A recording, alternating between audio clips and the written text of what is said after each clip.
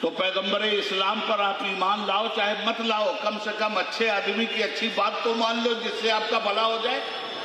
حضور نے فرمایا تھا من لم یرحم صغیرنا ولم یوقر کبیرنا فلیس منا، جو چھوٹوں پر رحم نہیں کرتا ہمارا نہیں، جو بڑوں کی عزت نہیں کرتا ہمارا نہیں۔ اگر اس حدیث پہ عمل کر لیں ہندو، مسلمان، سکھ، عیسائی، دنیا کے سارے انسان، خدا کی قسم فساد کہیں نہیں ہوگا۔ کیوں؟ پروفیشنل ڈیوٹی دی ہے پروفٹ نے، چھوٹے ہو تو بڑے کا رسپیکٹ کرو، بڑے ہو چھوٹے سے پیار کرو۔ ہم ہندو، مسلمان، سکھ، عیسائی سب عمر میں یا تو کسی سے چھوٹے ہوں گے یا کسی سے بڑے ہوں گے۔ چھوٹے کی ڈیوٹی بڑے کا آدر اور رسپیکٹ، بڑے کی ڈیوٹی چھوٹے پہ پیار کی برکھا برسانا۔ جس سماج میں چھوٹوں سے پیار کیا جائے گا، جس سماج میں بڑوں کی عزت کی جائے گی، اس سماج میں کیا ہندو مسلم فساد ہوگا؟ اس سماج میں کیا انسان انسان سے لڑے گا؟ اس سماج میں کیا انسان انسان کا حق مارے گا؟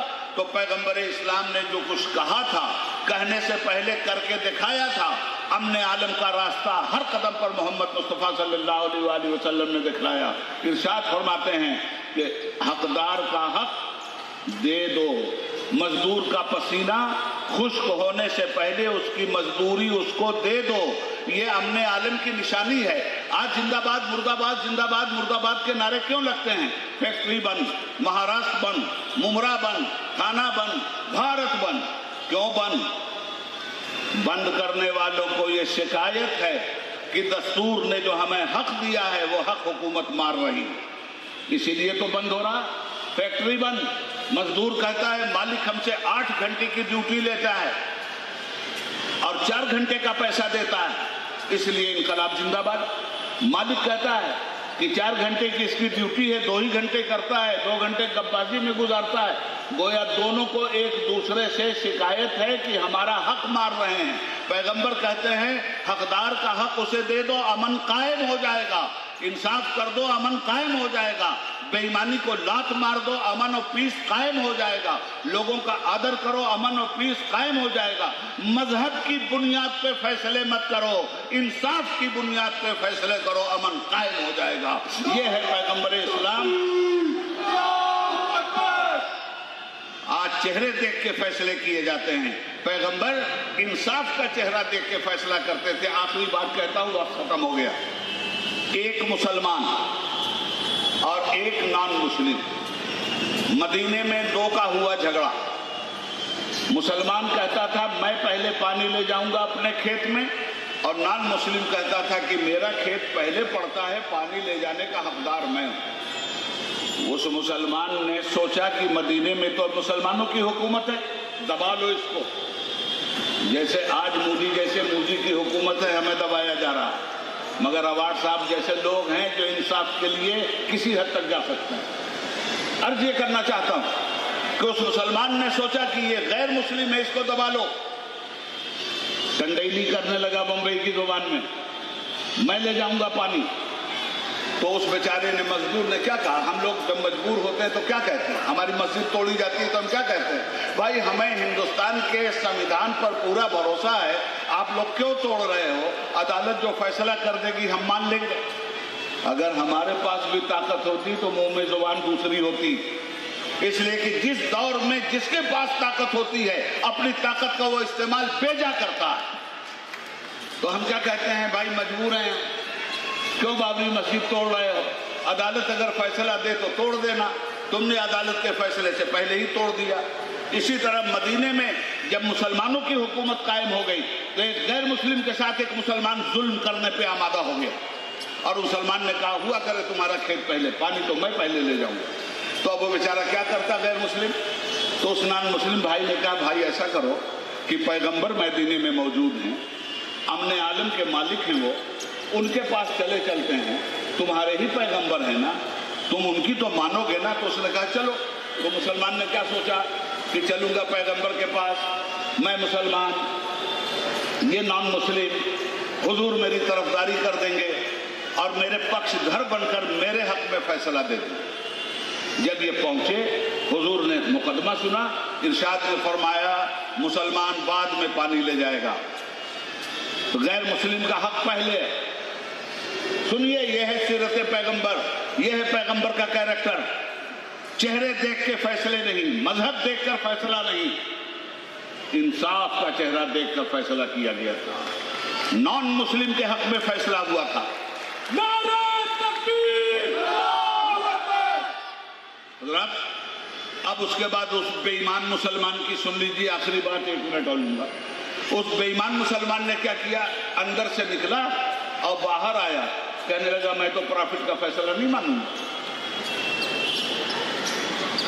وہ نان مسلم تو سر پکڑ کے بیٹھ گیا، یا اللہ یہ کیسا مسلمان ہے کہ پرافٹ کے فیصلے کا انکار کر رہا ہے. تو غریب تھا نا، مجبور تھا بیچارہ. تو پوچھا بھائی اب کس کا فیصلہ ہو؟ کہا چلو حضرت عمر کے پاس. سیکنڈ خلیفہ جو تھے اسلام کے، حضرت عمر کا فیصلہ مانو. کیا کرتا بیچارہ؟ اس نے سوچا کہ عمر بڑے کڑے آدمی ہیں، جاتے ہی میں کہہ دوں گا میں ہوں مسلمان، یہ ہے نان مسلم، دھڑ سے عمر میرا ساتھ دے دیں گے. ان کے پاس پہنچے، وہ اندر سے باہر آئے، پوچھا کیا معاملہ؟ کہا صاحب یہ ہمارا مقدمہ ہے. تو انہوں نے کہا ہائی کورٹ کیوں آئے ہو؟ کہا سپریم کورٹ گئے تھے، سپریم کورٹ نے نان مسلم کے حق میں فیصلہ کر دیا، اس لیے ہائی کورٹ آئے. بے ایمان تھا نا، کلمہ پڑھ کے بے ایمانی کر رہا تھا. تو حضرت عمر نے کہا کیا معاملہ؟ کہا یہ معاملہ. تو کہا پیغمبر نے تو فیصلہ کر ہی دیا، میں کیا کون ہوتا ہوں فیصلہ کرنے والا؟ کہا نہیں حضرت. مسلمان نے کہا نہیں حضرت مجھے تو آپ کا فیصلہ چاہیے. حضرت عمر نے کہا حضور کے فیصلے کے بعد تو میرا فیصلہ مانگ رہا ہے؟ کہا ہاں. کہا رک فیصلہ کر دیتا. اندر گئے، لے کے آئے تلوار، اور ایک ہی ہاتھ میں مسلمان کی گردن اس کے دھڑ سے زمین پہ نیچے آ گئی. کہا جا فیصلہ ہو گیا. اور نان مسلم سے کہا جا آرام سے پانی بھر. عمر کا فیصلہ یہ ہے کہ جو رسول اللہ کا فیصلہ نہیں مانتا، عمر اس کا فیصلہ تلوار سے کرتا ہے.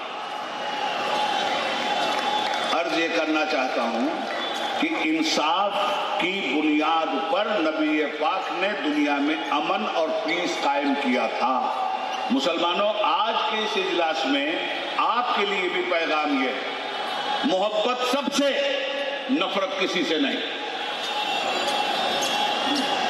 امن کا پیغام سب کے لیے، جنگ کا پیغام کسی کے لیے نہیں.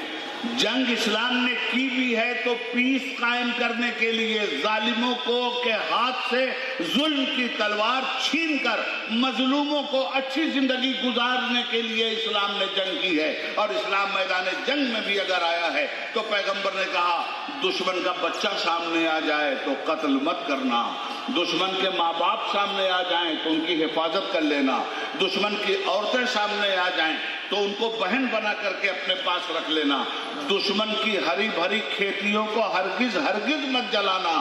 اتنی شرطوں کے ساتھ پیغمبر نے جنگ کی اجازت دی تھی تاکہ جب وہ لوگ دیکھیں کہ یہ تو اسلام کی فوج ایسی ہے جو ہمارے بچوں کی میدان جنگ میں بھی حفاظت کرنے کے لیے تیار ہے، ہمارے بوڑھے ماں باپ کا احترام میدان جنگ میں بھی کرنے کے لیے تیار ہے، ہماری عورتوں کی ناموس کی حفاظت میدان جنگ میں بھی کرنے کے لیے تیار ہے. یہ تھا وہ اخلاق اور یہ تھی وہ سیرت جس سیرت کی بنیاد پر کائنات عالم میں آج 1 ارب سے زیادہ مسلمان لا الہ الا اللہ محمد رسول اللہ پڑھتا ہوا نظر آ رہا ہے. لوگ کہتے ہیں اسلام تلوار کے زور سے پھیلا اور نتیجے میں اورنگزیب اور محمود غزنوی کا نام لیا جاتا ہے. میں کہتا ہوں میرے بھائی چھوڑو محمود غزنوی کو اور چھوڑو اورنگزیب کو.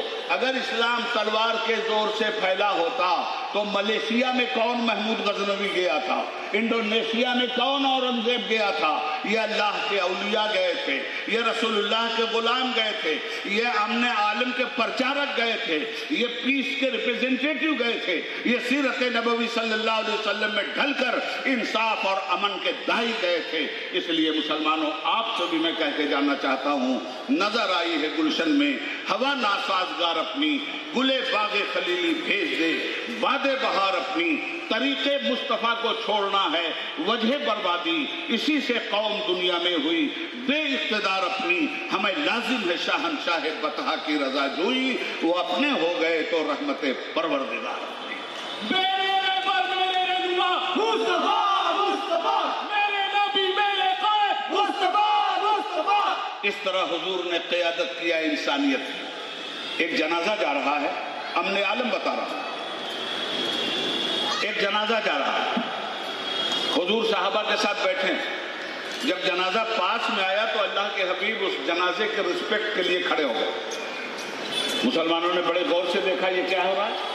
جب جنازہ گزر گیا تو حضور نے سے کہا مسلمانوں نے کہ حضور آپ اس کے لیے کھڑے ہو گئے جس کی ارتھی جا رہی تھی؟ کہا ہاں کھڑا ہو گیا۔ کہا کیوں؟ کہا آخری سفر ہے اس بیچارے کا۔ کھڑا ہوا۔ کہا حضور یہ مسلمان نہیں تھا۔ کہا کون تھا؟ کہا یہودی تھا۔ تو حضور نے پوچھا یہ بتاؤ انسان تھا کہ نہیں تھا؟ یہ ہے وہ انسانیت اور یہ ہے وہ سیرت پیغمبر اور یہ ہے وہ کردار رسالت جس کی بنیاد پر اسلام دنیا میں پھیلا۔ خواجہ صاحب اکیلے آئے تھے نا، پیغمبر اسلام کے کردار کے ذریعے وہ بخاری شریف پڑھانے نہیں کہیں بیٹھے تھے، چلتا پھرتا اسلام بن گئے تھے، اپنے پیغمبر کی سیرت اور اپنے پیغمبر کا کردار بن گئے تھے۔ اس ملک کے مظلوم ہندو بھائی جن کو راجاؤں نے اپنے ظلم و بربریت کی تلوار سے نوچ رکھا تھا، خواجہ صاحب کا جب اخلاق دیکھا، خواجہ صاحب کی سیرت دیکھا تو خواجہ صاحب سے ہاتھ جوڑ کے کہتے تھے اے خواجہ جب تم اتنے اچھے ہو تو تمہارے وہ پیغمبر کتنے اچھے رہے ہوں گے، جو کام وہ کرتے تھے وہی کام تم کرتے ہو، ہمیں بھی وہی سکھا دو جو تم سیکھ کر کے آئے ہو۔ اس طرح اسلام دنیا میں پھیلا۔ عرض یہ کرنا چاہتا ہوں نبی کا اخلاق حاصل کیجئے، نبی کے کردار و صورت کے قالب میں اور سیرت کے قالب میں اپنے آپ کو ڈھالیے۔ اگر ہم صحیح معنوں میں اسلام کے دائی بن کر انصاف پرور ہو جائیں، دنیا ہمارے ساتھ انصاف کرے نہ کرے، ہم دنیا کے ساتھ انصاف کرنے کے لیے تیار ہو جائیں، حالات بدلیں گے اور انسانیت کھویا ہوا مقام واپس کرے گی۔ اسلام زندہ باد۔